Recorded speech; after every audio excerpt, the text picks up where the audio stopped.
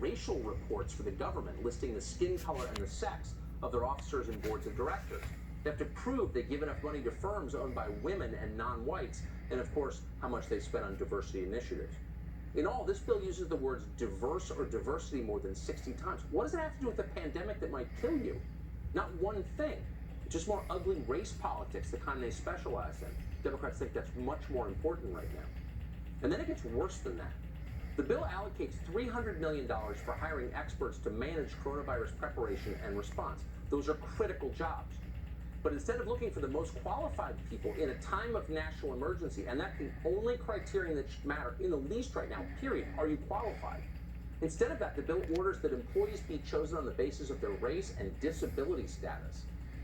This is insanity. It's dangerous insanity. Who cares what color your scientists are? But it goes on.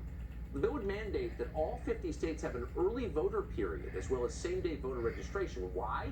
Because Democrats believe those changes would give them an electoral advantage. The bill would expand collective bargaining rights for federal employees. That's likely the group least threatened by the effect of coronavirus. But, and this is the real point though, they're the most faithful Democratic voting bloc, so they're in the bill. On matters of policy, the bill doesn't even try. Should the airlines get a federal bailout? That's an actual question. You could take either side. Democrats don't really dwell on it in this bill. It's too serious for them. Instead, the law would require that any airline that takes federal money offset their carbon emissions within 5 years, because climate activism is way more important than the disease that could kill your family next week. And then there's this. The House version of the bill includes special provisions, for real, to protect foreign nationals working here in the U.S. So we're staring down the barrel of the most profound employment crisis of our lifetimes. That's not an exaggeration. And what are Democrats doing? They're trying to automatically renew visas and work permits for all immigrants here in the U.S. because their jobs are very important, way more important than yours. Democrats want to make certain the people who are replacing you are secure and happy. The whole thing defies belief, and that's not a partisan observation. Again, read it.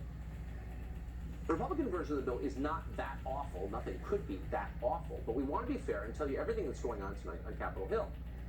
And according to an informed source that we spoke to, some Senate Republicans are trying to kill the requirement that companies that receive bailout funds stop sending American jobs overseas. Why would they do something like that?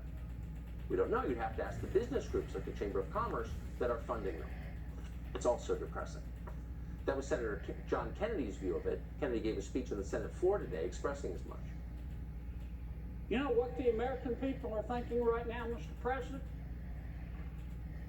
They're thinking that this country was founded by geniuses, but it's being run by a bunch of idiots.